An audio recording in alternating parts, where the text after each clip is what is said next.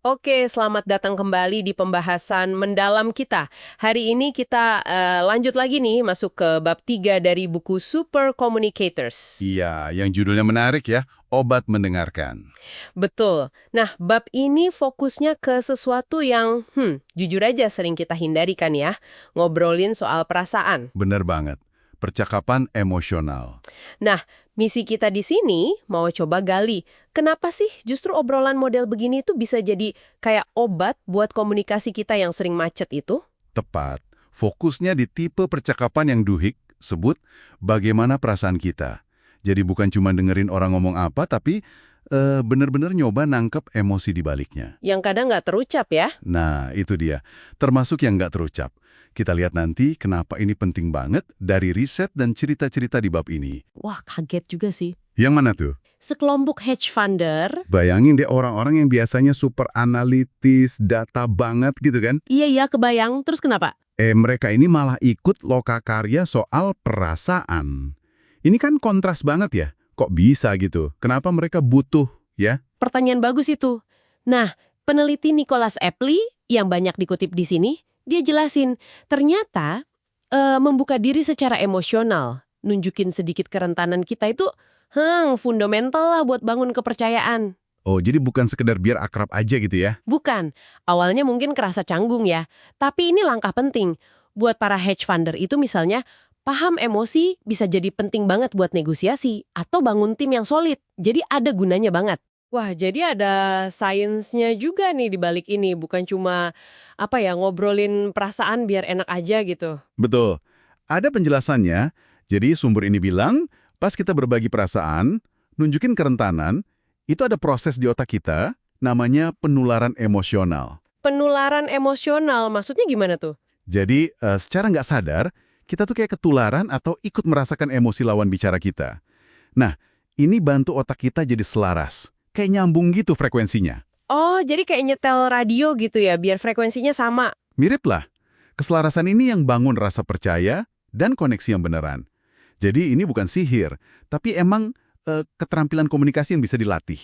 Keren banget. Si Epley ini kan juga punya cerita pribadi ya di buku ini, yang soal masa remajanya itu. Iya, itu contoh yang kuat banget sih. Jadi waktu remaja, dia kan hampir ketangkap polisi gara-gara mabuk. Waduh. Nah, diceramahin panjang selebar sama orang tua, sama polisi, ternyata nggak terlalu ngefek buat dia. Seringnya gitu sih ya. Tapi, ada satu sesi singkat sama konselor. Konselornya ini cuma nanya aja, tapi tulus. Nanyanya simple, kenapa kamu minum? Terus gimana perasaanmu soal itu? Cuma gitu aja? Iya, tapi pertanyaan itu justru yang bikin dia mikir, dan akhirnya mengubah perilakunya. Dampaknya besar banget. Wah, ini beda banget ya. Jadi intinya bukan kita sok tahu nebak-nebak perasaan orang lain, tapi Tapi nanya langsung. justru nanya gitu ya. Jelas. Sumber ini nekenin banget bedanya antara perspektif taking, itu usaha kita nebak atau asumsi soal perasaan orang, sama perspektif getting. Perspektif getting. Iya, itu artinya kita bertanya langsung buat paham perspektif mereka. Dan ternyata, ya perspektif getting ini jauh lebih efektif. Kalau nebak, seringnya meleset jauh. Oke. Jadi kuncinya bertanya. Tapi pertanyaannya kayak gimana nih? Nggak mungkin kan cuma nanya, gimana kabarnya, terus udah. Ya, jelas bukan itu. Hehe. Kuncinya di pertanyaan yang mendalam. Pertanyaan yang menggali lebih dari permukaan. Soal nilai-nilai dia, keyakinannya, perasaan yang asli, pengalaman yang ngebentuk dia. Contohnya gimana tuh, pertanyaan mendalam? Nah, di buku ini dikasih contoh dari studi Fast Friends Procedure. Itu ada 36 pertanyaan yang dirancang buat bikin orang cepat dekat. Misalnya, nanya, apa sih yang paling kamu syukuri dalam hidupmu sekarang? Atau ceritain dong satu momen waktu kamu nangis di depan orang lain. Kedengarannya agak intens ya. Apa nggak bikin orang jadi nggak nyaman atau ngerasa dipaksa gitu? Gimana caranya biar nggak kayak interogasi? Nah, itu Blaine bagus banget. Pertanyaan mendalam yang bagus itu sifatnya mengundang, bukan nuntut orang buat buka diri. Nadanya harus tulus, nunjukin kita beneran pengen denger bukan ngehakimi. Dan satu lagi yang penting banget, timbal balik. Resiprositas. Maksudnya? Kita juga harus siap berbagi kerentanan kita. Jangan cuma minta orang lain cerita, tapi kita sendiri ketutup.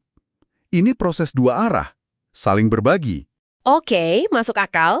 Nah, ada temuan Epley lagi nih yang dibahas di sumber ini, yang menurut saya cukup mengejutkan.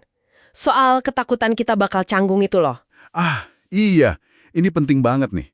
Si Epley ini nemuin kalau kita tuh seringnya terlalu melebih-lebihkan rasa canggung kalau ngebayangin mau ngobrol mendalam. Jadi kita takut duluan gitu ya? Betul. Padahal kenyataannya orang tuh justru cenderung lebih menikmati obrolan mendalam kayak gini. Mereka merasa lebih nyambung setelahnya.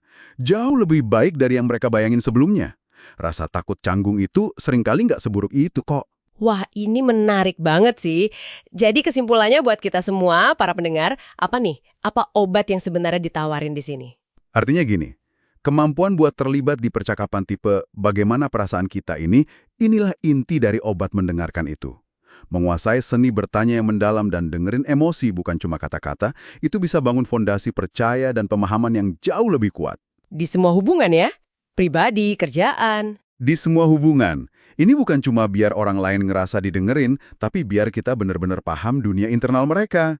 Bahkan, sumber lain di buku ini, di bagian akhir, itu jelas banget ngaitin kualitas hubungan kita yang salah satunya dibangun lewat obrolan bermakna gini sama kebahagiaan dan kesehatan kita jangka panjang. Jadi intinya jelas banget ya, jangan takut deh buat masuk ke obrolan yang nyentuh perasaan. Malah di situ potensi koneksi terdalamnya. Betul. Dengan berani bertanya yang mendalam, dengerin sungguh-sungguh nangkep nada, emosi di balik kata, kita bisa buka pintu ke hubungan yang lebih asli, lebih memuaskan. Ini obat yang kita butuhin banget kayaknya di zaman sekarang ini. Nah, ini mungkin bisa jadi bahan refleksi buat Anda di rumah. Coba deh pikirin, ada nggak sih pertanyaan mendalam yang selama ini belum pernah Anda tanyain ke orang yang penting buat Anda?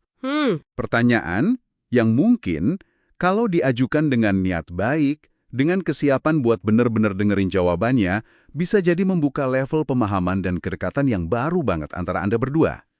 Coba direnungkan ya. Sampai ketemu di pembahasan mendalam kita berikutnya.